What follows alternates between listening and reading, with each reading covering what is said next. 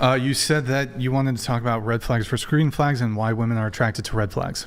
Ooh, I didn't know we were gonna like go down everything I like wrote down in this. Yeah, so I definitely become red flags can be attractive, and that's not a good thing. But women and men probably too, you know, sometimes we flock to like red flags. I mean, a lot of it has to do with our childhoods and things like that. But it's hard to break the way that you're shown love as a child. And that's how, when you're an adult, that's what feels normal. So when someone's really nice to you, let's say, not saying my dad was bad in any ways, but there's certain traits of like, didn't let you cry, didn't like let you talk, like just like these little things. So that's kind of how I feel love from a guy. And so basically there's certain things that I subconsciously am attracted to that are red flags that I shouldn't be attracted to. Like treating you like shit? Yeah. Mm-hmm. But I've gotten better. If a man starts treating me like shit. Are you sure you gotten better? Yes. Mm-hmm. So if Chad was in here right now treating you like shit? Well, like. Well. No, I want to. Wait a minute. Wait, who? Chad Drew right here, man. A Chad, some like a Chad. Really good looking like dude a Karen, but was in Chad. here treating you like I shit. don't like really good looking dudes.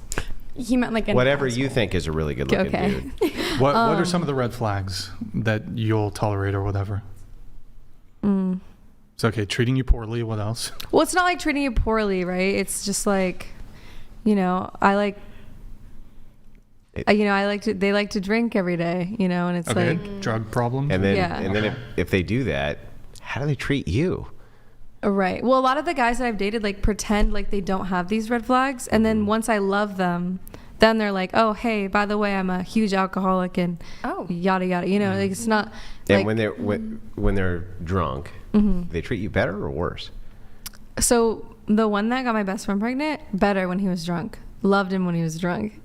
Great guy. The other one, when he did, you know, drink and stuff, he was like really mean and like distant and like hostile and stuff. So I think it just depends, but I'm definitely not trying to date like a heavy drinker in the future. Not like I can date someone who like can have a drink, but I'm not trying to date someone that every single day has to get like wasted to deal with life. Yeah, sure. Yeah, going around the table on this one though, who here, I guess, ignores red flags in a man? Kinda. Or just yes or no, I guess. No. No? What? Okay. I used to. Used to? Yeah. Yes. Yeah. Ignores red flags. Yes. Oh, no. Wow, No. I had to get done so astronomically dirty that I was like, wow, I can literally never tolerate anything ever again. And that's why I've been single for so long, I think. I kind of give them the benefit of the doubt. So You want to believe in like you put them on this pedestal and you know. I'm all like second chances, third chances, and then No more classes, second Chances, 10th chances. yeah. I mean, I wonder. Because I get attached. I do wonder though when it comes to this. So women often complain that men are toxic or abusive, but I think most men like don't go down this path.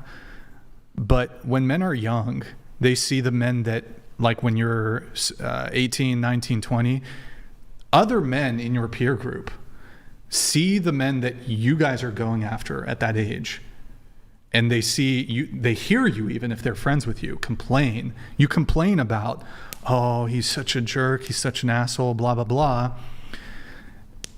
You guys engage in sexual relationships with these men. Men's have major motivation when it comes to wanting to find a girlfriend. You guys essentially train men to be like you, because you reward the men who are abusive with sexual access. I'm a little confused by this. No, that's so fair. Oh, I have a take on this. I think it's because women are very, like, I'm not saying every woman ever, obviously, but a lot of women are very emotionally abusive. So then that makes the man want to react to the emotional abuse and the manipulation or whatever that the woman is doing. Gotta kind of push back a little here. I'm not saying like that, oh, he should have punched her in the face. So I think, but like maybe me and Brian even disagree a little here. I do think that most men are toxic. And I do think that they fit the criteria and modernity of what abuse is. And I think that women love that shit. So, like, here, hang on, hear me out, okay? The things that women consider to be toxic traits, which is, it's usually too much of the thing that they like, too much assertion, too much dominance, too much of this, too much of that, right? It's on a scale. There's a line. But then, if the man backs it off, even an inch, Then it's too little. then it's too little. Yeah. Right? So it's like, so all of these things which are considered toxic masculinity, right? All those toxically masculine men, they seem to be getting plenty of women. They don't seem to have much problem with that at all. When you say abuse, especially verbal abuse, right? This is the idea of a man basically just saying no, right? That's usually what verbal abuse reduces to it. I haven't actually heard. There are some situations where, like, he called me this, he called me that, and they said some horrible shit. I agree with that, okay? Maybe we can consider that verbal abuse. But most of the time, it's just like, he just said no, and they consider that to be verbal abuse. Well, this is where I agree with you. What I think ultimately is that men who say no and are very toxic in their masculinity basically got nothing to worry about. And he's right? Aren't you training them to be toxically masculine? I kind of agree with you, to be completely honest. I can't. That's logical. So I don't know if training is the right word, but I do think that women generally. Women. See, in my head, there is an E there. I just this is just my accent. It's just my accent. But I do think that women, is that how you want me to say it?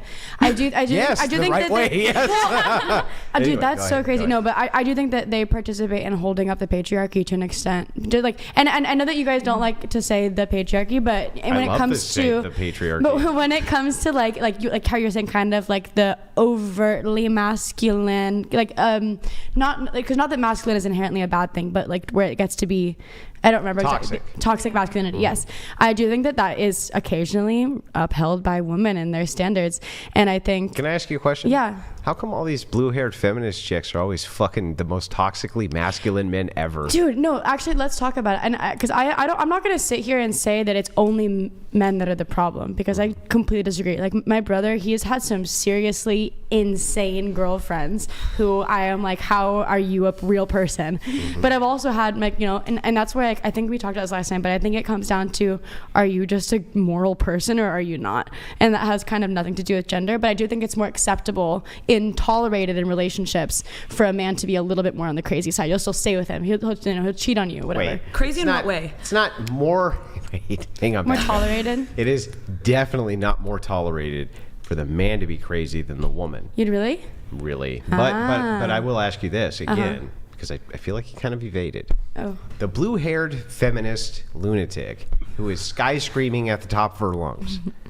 Why is it that she ends up fucking the toxically masculine man? Why is it that women are saying, I want a man who acts like a conservative but has my liberal values? Why are they all saying this? Andrew, I wish I knew. Right. I wish I knew Is it the answer. because I have what an is answer. considered to be toxically masculine, right, is not toxic at all? It's just masculine. And that's why those women are single. Yeah. It's just I don't what have blue hair masculine yet, is. but- Like, She's let me give you an single, hold on. example of some toxic masculinity. Okay, so there are men I know, not me, of course. I would never do anything like this. It's horrible. There are men I know who they will go out to a shooting range, and I've been with men like this, and they will just unload on a target. Okay, yeah, exactly. Then a small little fluffy rabbit will run across the range. And they'll blast that motherfucker just to watch it explode. And then they'll give a big belly laugh. They'll give a big belly laugh. They don't give a shit. They don't fucking care. Rabbits are pretty invasive. Yes, they are invasive, and they're evil, right? They're ontologically evil. So But the point cute. is that Fluffy gets blown to bits, right? Those name. He has a name. dudes, they never hop in the car with a chick who's like, oh, honey, I can't believe that you can't. They don't give a fuck. They don't care. They don't care. So the thing is like, all the things that you would consider toxically masculine. Here's another one, right? Video games, where, you roll through the town and you just kill everything that you see. Women don't give a shit about that either. When you're talking about toxic masculine traits, it seems to only be the idea of you are using your masculinity as a weapon to defeat some absurdity that I have over here. Interesting. Okay. Yeah. I like that take. Techno Trooper donated $200. Thank you, man. Tell us your favorite green flags in a partner that is undervalued. Yo, Techno Trooper, thank you so much for the $200 TTS. We'll go around the table on that. W's in the chat for Techno Trooper. Thank you, man. Tell us your favorite green flags in a partner that is undervalued, okay? I think somebody who listens and gives you good advice. Like, I appreciate a partner that I can get advice from. Like, someone who doesn't mind hearing about my daily trials and tribulations because they want to genuinely help me through it. Why do you undervalue that? Wait, do I undervalue? No, I think that is generally undervalued. I think that people are very okay with their partner not really being interested in what they do on a daily basis, or disputes with people. They're like, oh, whatever. Like, my wife's complaining again. By the way, Lucy, do you prefer from front or your side? If I'm being so honest, my exact side profile is not it. My 3/4 is where it's at. Yeah, so you might want to. You tend to lean like you're looking that way. You probably want to look more this way. Just heads up, because Brian, are you saying I look bad? We're already 3 hours in. They've seen every bad angle of me. That wicked witch thing going on that side. That's probably the most brutal